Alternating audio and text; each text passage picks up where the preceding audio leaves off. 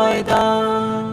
ঈদের দিনে নতুন পোশাক পড়লো সকলে, হাসান হুসেন কান্দে নানা পোশাক দাও বলে। দয়াল নবী করেন দোয়া ও গো রব্বানা, জান্নাত হতে কুদরতেরি পোশাক পাঠাও না। লাল সবুজের সেই পোশাকে কারবালার ঈশান, লাল সবুজের সেই পোশাকে কারবালার ঈশান।